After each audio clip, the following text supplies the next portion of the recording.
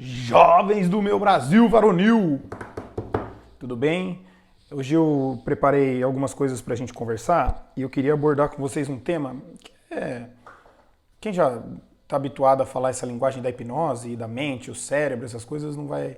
Talvez não se surpreenda tanto, mas tem muita gente que ainda não consegue entender direito aquilo que eu vou falar. E o que eu vou falar hoje é por que a hipnose funciona? Talvez as pessoas acreditem no processo, já tenham experimentado o processo, mas têm dificuldade de entender por que a hipnose funciona. E eu, como estudioso dessa área e desenvolvo trabalho de hipnose, também sou médico, eu gosto muito de estudar. Aqui atrás de mim tem uma estante aqui, ó, duas na verdade, dá pra ver aí, né? Ó. Essas estantes estão cheias de livros, nos andares de baixo ali tem mais livros ainda. E aqui em cima da mesa onde eu ponho aqui as coisas também tem um monte de livro. E uma coisa que eu gostaria de recomendar que as pessoas que tiverem interesse leiam é isso aqui, meus amigos. Isso aqui, ó. Neurociência Ilustrada. Isso aqui é um negócio maravilhoso. Por que é um negócio maravilhoso? Porque, com uma certa licença poética, que entenda o que eu vou falar dentro desse conceito. O único órgão indispensável do corpo é o cérebro. É o cérebro. Todos os outros órgãos são passíveis de substituição, inclusive alguns órgãos são absolutamente dispensáveis. Tem muitas pessoas que fazem cirurgia para retirar pedaços de órgão ou órgãos inteiros e segue a vida naturalmente, normalmente, muito bem, obrigado. A única exceção é o cérebro. Por quê? Porque sim, o seu corpo é basicamente um cérebro interagindo com o planeta. E por causa disso, o cérebro desenvolveu meios de receber as informações do ambiente, interpretar essas informações, criar uma personalidade, criar um caráter, criar um ser humano baseado em comportamentos repetidos, aprendidos, esquecidos, frustrações, alegrias, tristeza, prazer, tudo isso misturado, que é você, este corpo que você habita. Por que eu estou falando isso? Porque para você entender por que a hipnose funciona, você precisa entender funções básicas do cérebro. No final das contas, hipnose é trabalhar com aquilo que o cérebro faz. O que é que o cérebro faz? A gente não consegue classificar direito, mas a gente sabe que o que quer que seja isso, a gente dá um nome para isso, que se chama mente. Então a mente é o que o cérebro faz. Ah, mas o que é isso? Ninguém sabe expressar direito o que é isso, por quê? Eu já falei em outros vídeos, é muito difícil qualificar para você. Ah, o que é um pensamento? Sei lá o que é um pensamento. Não sei definir o que é um pensamento, mas eu sei pensar, eu sei como as pessoas pensam, eu sei qual é o processo para desenvolver um raciocínio. Mas eu também não sei explicar o que é um raciocínio. O raciocínio é um encadeamento de ideias. Algumas pessoas se reuniram, definiram isso em algum momento e a gente aceita. Porque no final das contas, conceituar essas coisas é menos importante do que entender como elas funcionam. Por isso que a hipnose é muito efetiva, porque ela trabalha com aquilo que você tem de mais precioso, que é o seu cérebro, o modo como ele funciona. Não é uma coisa de energia, não é uma coisa espiritual, sobrenatural, maravilhosa. É uma coisa prática. É você aprender como pensar, o que pensar, quando pensar, como evitar alguns pensamentos, como reforçar outros pensamentos, como mudar hábitos, adquirir novos hábitos, adquirir hábitos que te tragam uma vida mais feliz. Então, tudo isso passa pelo processo hipnótico. O cérebro, como é esse órgão que atua através dos sentidos, através das suas funções orgânicas, através de neurônios, de terminações nervosas, recebendo as informações do ambiente, processando essas informações, ativando determinadas áreas dele mesmo para emitir respostas, tudo isso faz parte do processo de trabalhar com hipnose. Hipnose é um estado natural da mente. Já deve ter acontecido com você. Se você não é um alienígena, com certeza já aconteceu. Você está lá assistindo televisão e de repente você dá uma pequena tela azul. Você perde uma parte do programa. Ou você está lendo um livro. E aí, de repente, quando você chega no final, você não lembra o que aconteceu no começo. Essa desligadinha que você deu é uma espécie de um processo hipnótico.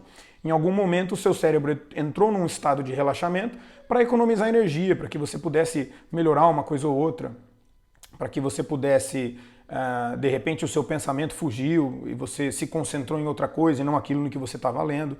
Então, isso é uma espécie de processo hipnótico. Todo mundo aqui que já se apaixonou já esteve hipnotizado em algum momento, né?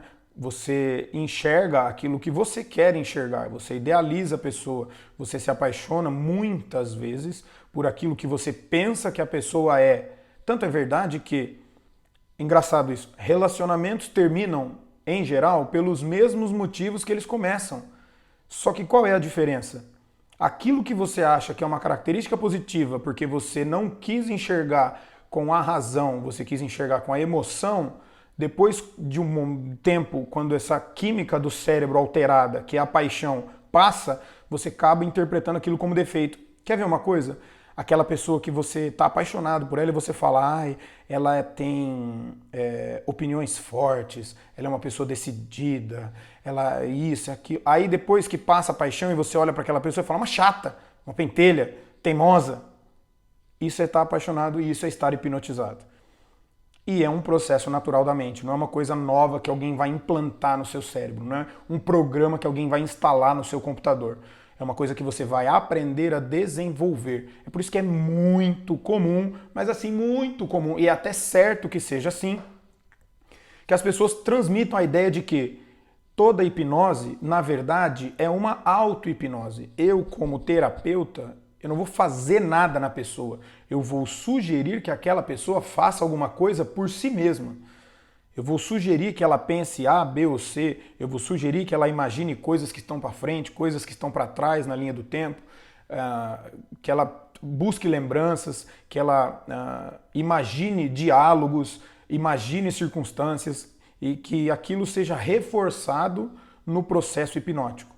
Então não é que eu, como terapeuta, vou fazer alguma coisa em alguém. Não é, por exemplo, como um tratamento médico de intervenção. Ah, eu vou fazer um procedimento, eu vou aplicar um remédio. Não, não é isso.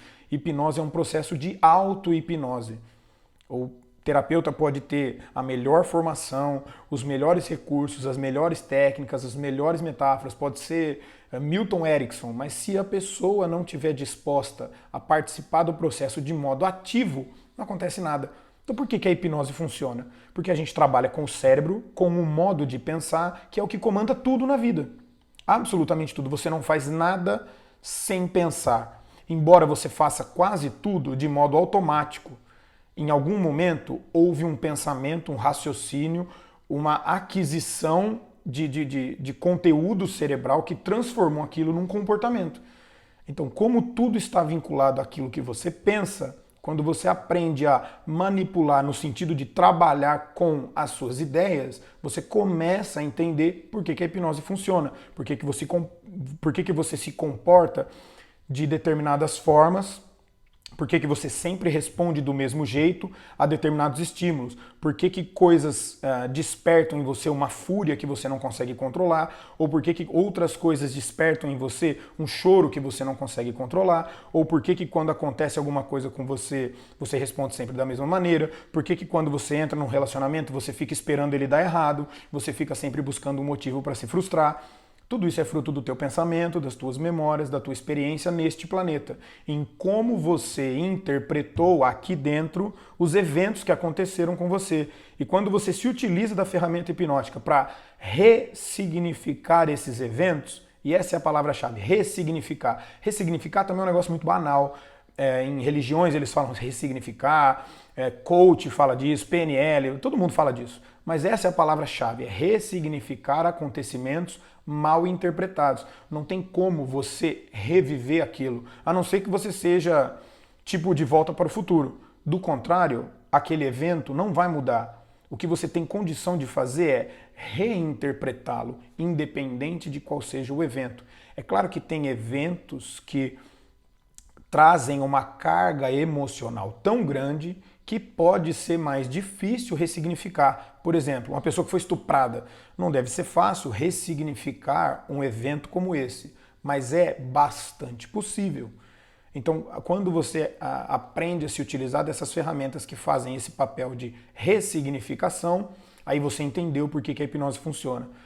Quando você usa esta palavra, saiba qual é a carga conceitual que ela traz. É todo este processo de um dia a pessoa viveu um evento, interpretou ele de uma forma que trouxe consequências para toda a vida, até que um dia essas consequências começaram a se manifestar na vida da pessoa de modo prejudicial. Porque em hipnose, assim como em qualquer outra terapia, você nunca vai tratar alguma coisa que a pessoa não se queixa, alguma coisa que não atrapalha a vida dela, ou alguma coisa que ela acha que não atrapalha.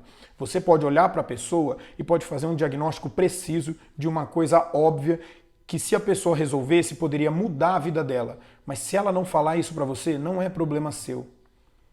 Se durante a anamnese, durante o pré-toque, durante o momento da terapia, da consulta, a pessoa não queixar disso pra você, não é problema seu, cara. A vida é dela, ela tá vivendo feliz ou mais ou menos feliz, ou mal, ou sei lá o que quer que seja, do jeito dela.